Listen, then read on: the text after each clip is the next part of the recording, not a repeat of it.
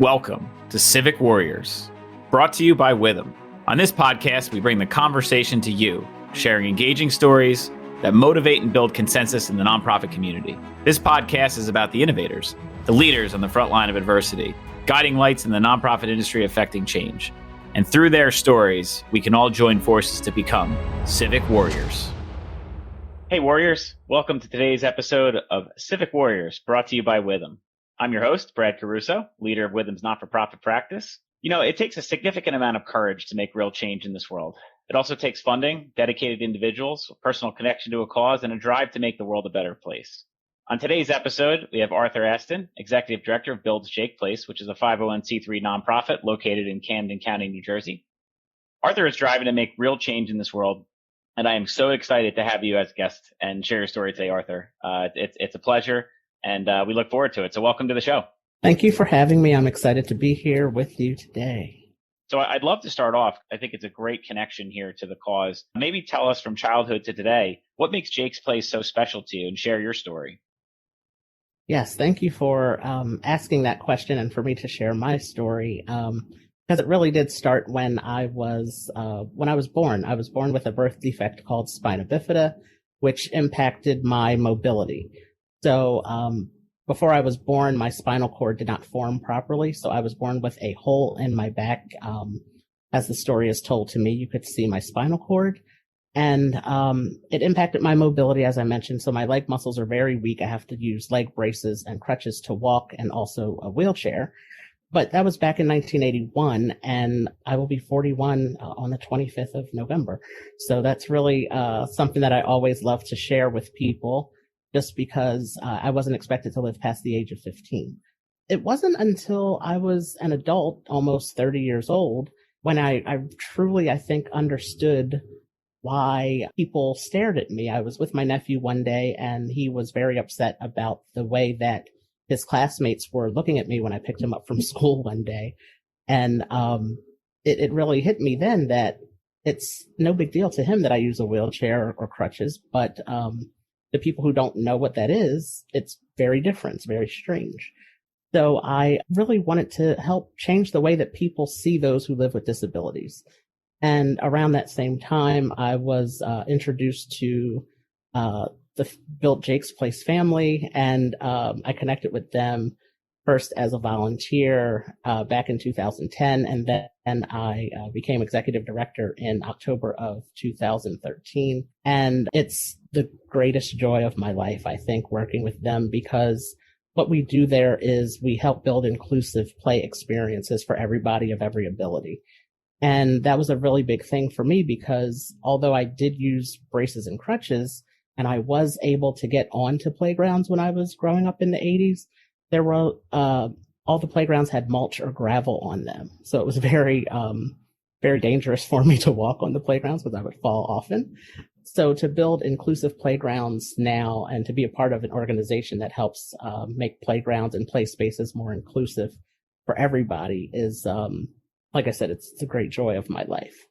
Love it. And I'm going to ask a relatively obvious question, but why do you feel it's so important that we make playgrounds inclusive, or that you know, I know you mentioned some of the challenges that you have just given having spina bifida, and you know, certainly it's just simple mobility is not easy. Why do you feel it's so important to you to create that inclusive environment? I think it's so important because of the statistics surrounding those who have disabilities. It's thought that 1 out of every 4 people has some type of disability, and that can be from people who wear glasses or have some type of vision or hearing impairment. And I think it's just the right thing to do because there are so many people who live with disabilities, and that includes children and adults. So that's a great thing that I also like to mention. The playgrounds that we have, when you think of a playground, you think of children, but you don't think of the adults who may have disabilities who have children. So the adults who have the disability and their child may or may not have a disability, they can still go to the playground with their child and play on the playground. They don't have to sit and watch them from the sidelines and have them enjoy the playground by themselves. So the adult with the disability can also participate in the play experience as well. So people with disabilities are out in your communities, like we're your neighbors and your coworkers, and we are out in the world and just making anything more accessible for those with disabilities is a great thing for everybody, I think. 100% agree with you. And you know, I have two young kids. I love playing on the playground just as much as they love playing on the playground. So, you know, whether they're the individuals with disabilities or it's the parent, is super important that we create an environment that both can enjoy it same way as those without. So yeah, I love that answer and love that you're working towards this cause. What does the landscape in New Jersey look like right now? With New Jersey, things have they've come a long way, and as the saying goes, there's still a long way to go. We have Jake's Place has built two inclusive playgrounds in the state of New Jersey, one in Camden County, one in Burlington County. And we have been a big part of having a law passed back in 2018 that will require every county in the state of New Jersey to have at least one inclusive playground. And we know that there are others besides our two playgrounds that exist. And some of them are not as large as the two that we have built, and that is okay. We, you know, we don't, you know, they don't need to be large. They just need to be inclusive and accessible to other people. You know, New Jersey is a small state, but there's a lot of people and a lot of space. So we have received phone calls from people in different counties saying that they've researched for inclusive playgrounds and ours was the only one that came up for them, and they are, you know, 30 or 40 miles away. So, you know, that shouldn't be. There are people that live in every county and every town that have disabilities. So if, you know, if not every town has an inclusive playground, we feel that at least every county should have multiple, just so that people don't have to travel as far to locate them. Yeah, agreed. And talking a little bit more about the not-for-profit organization that you run, tell us a little bit more, because obviously one component of what you do is the guidance on building an inclusive playground, which is a large effort. A lot of dollars go into it, a lot happens. But from my understanding and working with you and in reading up on your website, there's a lot more that you do. There's a lot of education component. There's a lot of advocacy work you're doing. Can you talk a little bit more about what Builds Jake Place is doing and how and what you're doing as the executive director there? Yes. So one of the great things that I love all parts of my job, but one of the things that I get most excited about is that we have a baseball league, which is a miracle league for children and adults with disabilities. And we run that program twice a year in the fall and then again in the spring. And it's really great because it gives people with disabilities a chance to be active and to participate in baseball, which America's favorite pastime. I am in South Jersey and right across the bridge from Philly. So we are Phillies fans in this area. And to have that excitement, you know, the Phillies going to the World Series just, you know, earlier this month. And, you know, so we're really excited every time we're able to bring that program up for the Miracle League. And the special thing about it is our players have disabilities, but every player is matched with a buddy who does not have a disability.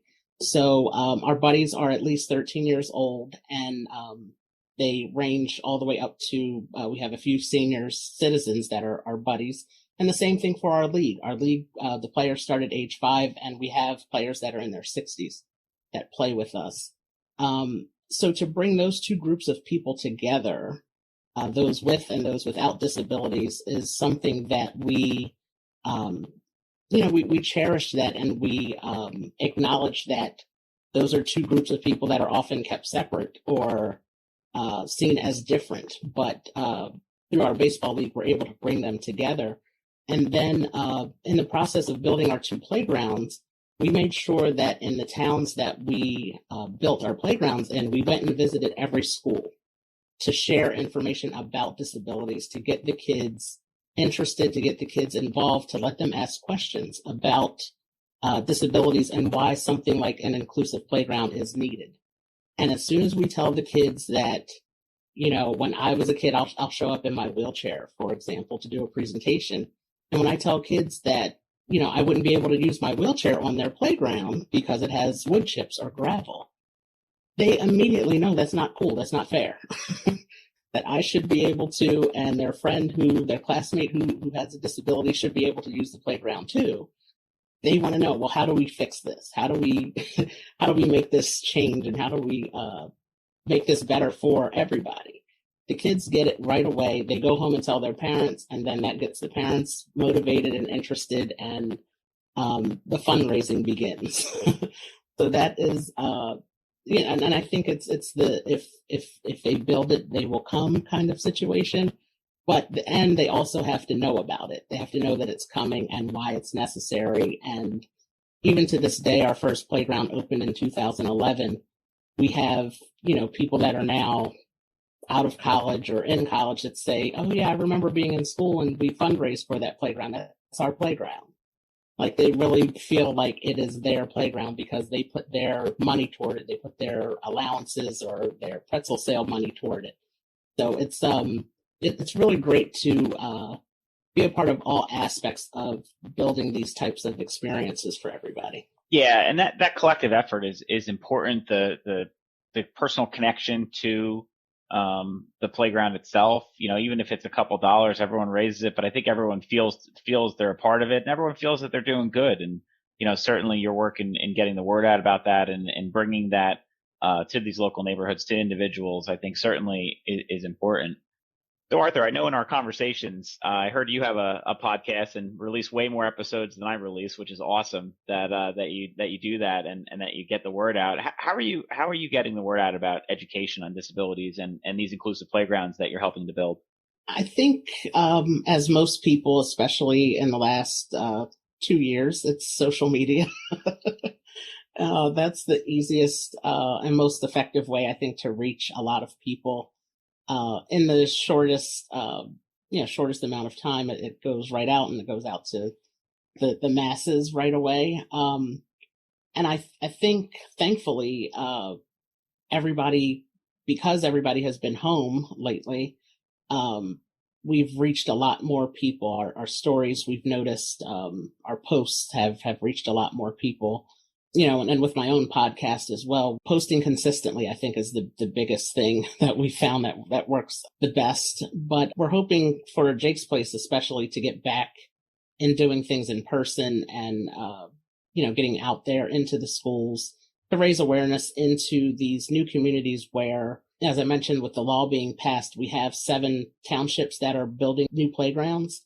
So we're hoping to be able to get back into that swing of things, to go into the schools in those areas and say, like, hey, here's what we're doing. We're working with your township leaders to build these new inclusive playgrounds, and hoping that people will support that. What does a playground cost in general? I mean, obviously each town, each build could be different, but is there an average cost that you tag to to a playground itself or to the build itself? It really depends on how big the playground is. So the 2 that we've built were over $600,000. And ooh. Yeah, but they're huge. They're really big. And primarily the cost is with the surfacing. So the whole playground it's called poured in place. They literally come and pour this stuff onto the playground.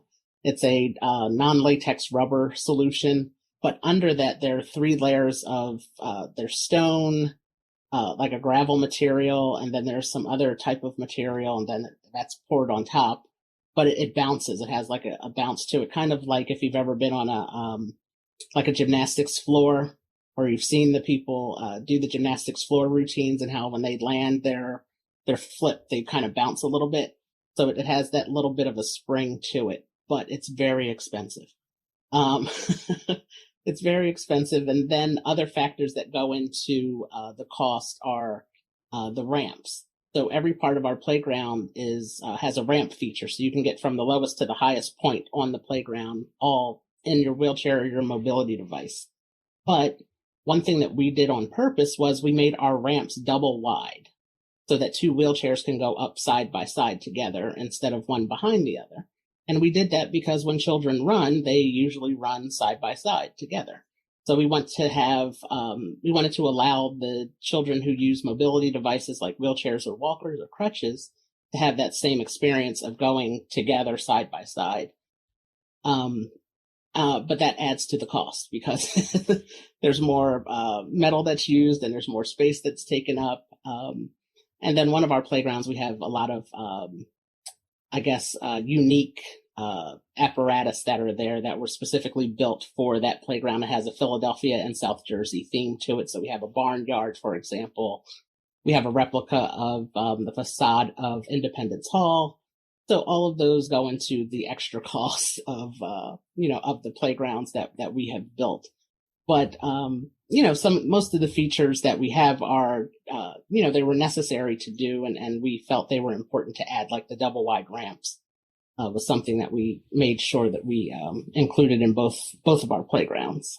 What funding is available to build these? Obviously, you've had a price tag before. That price tag is probably even going up with inflation and the costs in the states here rising every day. What type of funding historically has existed or currently exists? And is there a gap? Is there a gap in making this happen? So in our experience of building, we found that there isn't a lot of corporate money that's available for these types of playgrounds. We had to do a lot of our co-founder, Jim Cummings. He always says we built these playgrounds on $20 bills because a lot of the money came from the communities that we are serving. And again, that was a good thing because they are really invested in it, literally. And we were able to partner with Berkshire Hathaway, the realtor company. They did a lot of fundraisers for us over the last, since we started. They were our first grant that we received. And then there were some other local companies that helped out with a lot of fundraising efforts that we did. But in general, it was very hard to say, we're building this playground and we need $10,000 for a swing set, and for companies to say, "Oh, okay, sure, no problem." That didn't happen with us too often, but we're hopeful that the law being passed, and once people start learning more about that we're hopeful that the funding will come a little bit easier for those townships that are building now. Awesome. And what type of fundraising efforts are you currently doing? I mean, if I wanted to make a donation to you, how could I go about doing that to help your cause? Yeah, so the one fundraiser that we have now is we're doing it's a gift card raffle. So we have well over $500 in gift cards, including restaurants and stores, online stores, golfing experiences. So everything is virtual. You can go to our website, buildjakesplace.org/donate, and enter the raffle through that page there. And the winner will be announced on December 5th. So right before the holidays. And it's a great, a nice way to support the organization. It's a $20 donation to enter, to get one entry into the raffle. $60 gets you 5 entries, and then a $100 donation gets you 8 entries into the raffle. So that's what we're doing now. We really hope to get back to in-person fundraisers in the spring of 2023 because we haven't had an in-person fundraiser in quite some time.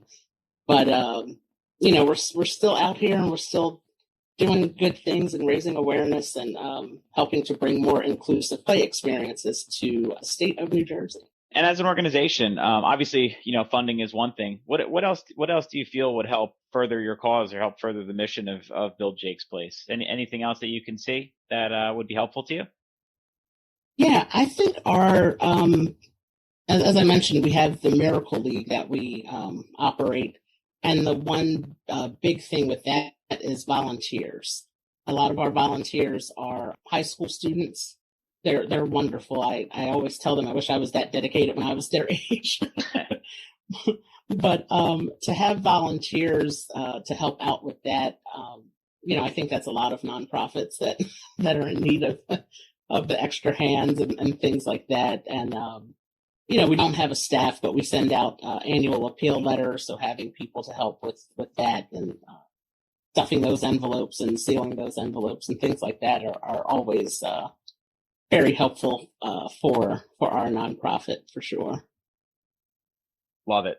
Yeah, and for those out there, if you're looking for a place to volunteer, you're looking to help, certainly there are opportunities. If you're looking to donate, there's opportunities to do that. Very clearly, this goes to a great cause. It goes to an organization that's moving the needle, not only in the actual activity, but in helping pass legislation and getting to the point where, this is a possibility across the state, and, taking an idea from a small idea to now translating it to many, many different spaces. And I think certainly you're moving the needle from that aspect. Yes. Yeah, I'm really excited. As I said, I've been with the organization for so long, and I'm really excited to see how far we've gone and where we're continuing to go. Love it. So Arthur, as the executive director of Build Jake's Place, I just want to thank you for joining today's episode of Civic Warriors. Certainly you are the true definition of a civic warrior. You've been affected personally, and you're taking that and paying it forward, which we truly appreciate and love the opportunity to have you on here. Yes, thank you so much for having me, and it was a good time, and I appreciate it.